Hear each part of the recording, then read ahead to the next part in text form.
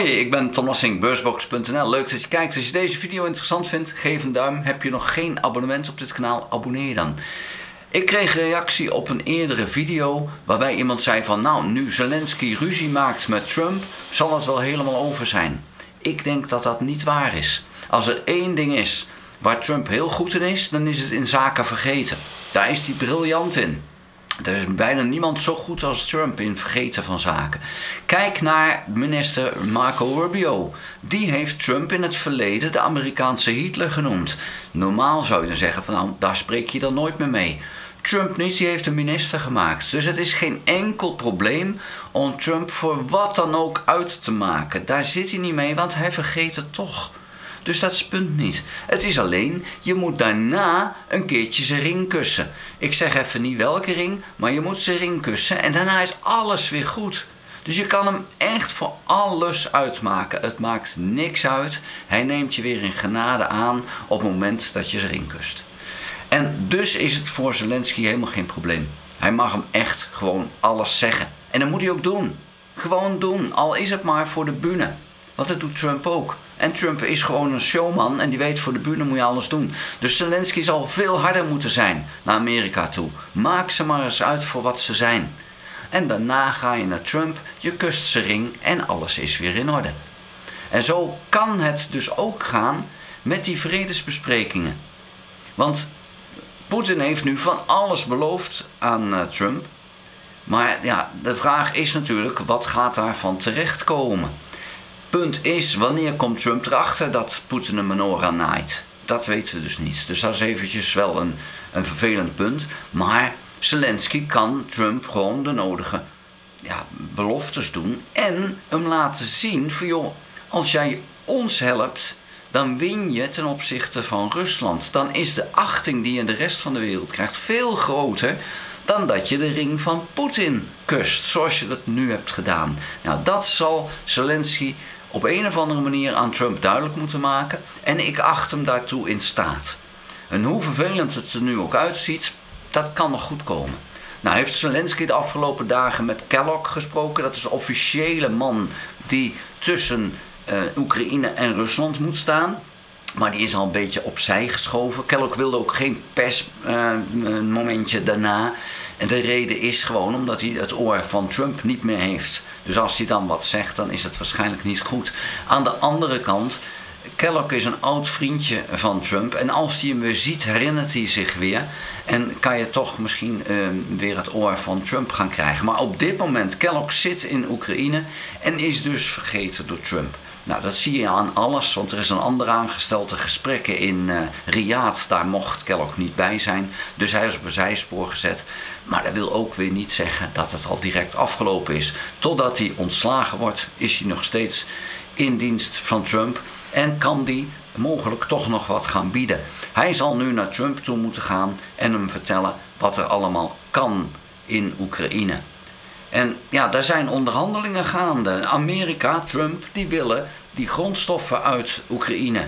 Ja, en het is dan aan Zelensky om te zeggen, ja, die liggen nu in het bezette gedeelte. Dus als je ons helpt met dat bezette gedeelte terug te krijgen, dan kan je die grondstoffen een deel van krijgen. Dus dat is dan de onderhandeling. En dan zien we later wel of ze daadwerkelijk dat gaan doen. Maar dat is hetzelfde met Rusland. Die gaat uiteindelijk die contracten met Amerika ook niet inwilligen. En dan mogen die Amerikaanse bedrijven alles opzetten zoals ze dat al hebben gedaan in het verleden. En dan ontstaat er wel weer een ruzie met Rusland en dan moeten ze weer weg. Dat is dus nu ook gebeurd na 22. Dus in die zin zal het geen verrassing zijn. Ik kan me ook niet indenken dat die Amerikaanse bedrijven staan te springen om in Rusland iets op te zetten. Omdat die zich ook realiseren van ja, er is een wetteloosheid in Rusland en in Amerika. En in hoeverre we dan veilig zaken kunnen doen daar, dat moeten we maar afwachten.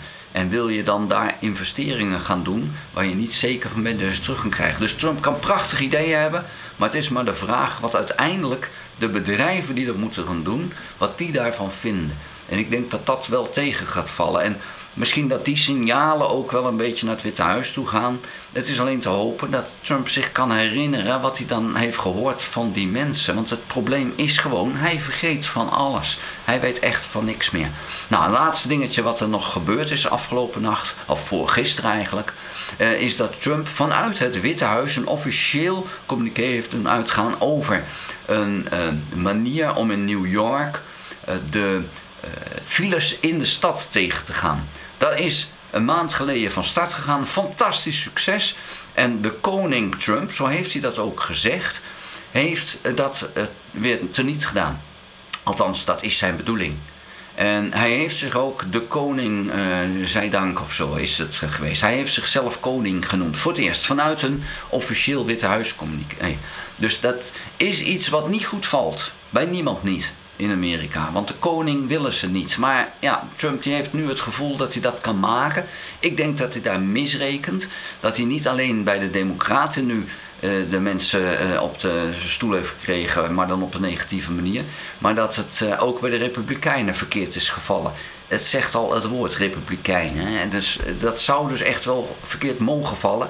Het is even de vraag in hoeverre het in die storm van berichten die waardeloos zijn, of het dan nog echt nog een golfje kan creëren. Want wat er gebeurt is dat Trump eigenlijk ieder uur met iets komt waarvan mensen zeggen van dit kan toch niet waar zijn. Het is een vloedgolf aan bagger. En ja, hoe wil je dat dan tegengaan? Nou, dat is eigenlijk hetgeen wat er hier nu aan het gebeuren is. En de enige manier om dat tegen te houden is op een gegeven moment om hem af te zetten. Maar daar is totaal nog geen sprake van. De Republikeinen staan nog vol achter hem. Patel is de directeur van de FBI geworden. Hij heeft altijd gezegd, de FBI moeten we gaan opheffen en is waardeloos. En dan wordt hij de directeur ervan. Het is niet te geloven, maar de gekken die bestieren nu het gekkenhuis. Maar het doel erachter is waarschijnlijk om de onrust in de Amerikaanse samenleving zo groot te maken dat de Amerikanen een dictator gaan vragen. Dus dat ze echt zeggen, ja, hier moet nu schoon schip gemaakt worden. En ja, dat lijkt het doel te zijn. Wat je nu ook kan krijgen is dus dat het tegenovergestelde gaat gebeuren. Dat ze zeggen, wij willen terug naar de democratie, we willen deze onzin niet meer. Maar dan zal je de Republikeinen mee moeten krijgen. Vooralsnog doen ze dat totaal niet. Ze gaan nog volledig mee in dit baggerverhaal van Trump. Dus zolang dat het geval is, gaat er niks gebeuren. Als er nog tussentijdse verkiezingen komen, ja, dan wordt het misschien anders. Want de approval rate van Trump die is historisch gezien extreem laag. Trump begon al op een -1 approval rate en is nu op een -6 approval rate gekomen. En dat is nog nooit zo snel voorgekomen bij een president. Dus dat ziet er gewoon niet goed voor hem uit. Wat zijn de polls waard? Geen reet, dat is wel gebleken. Maar goed, het is toch aardig om dat even te zien. Daar wil ik erbij laten. Vond je de video interessant? Geef een duim. Heb je nog geen abonnement op dit kanaal? Abonneer je dan. Je helpt mij ermee. Want dan wordt de video sneller in het algoritme omhoog gegooid. Hoe meer abonnees je hebt, hoe hoger je komt. En ik maak deze video's dat ze gezien worden. Dus vandaar. Ga ook naar www.beursbox.nl en schrijf daarin op de gratis nieuwsbrief. Dank voor het kijken. Tot de volgende keer. Houdoe!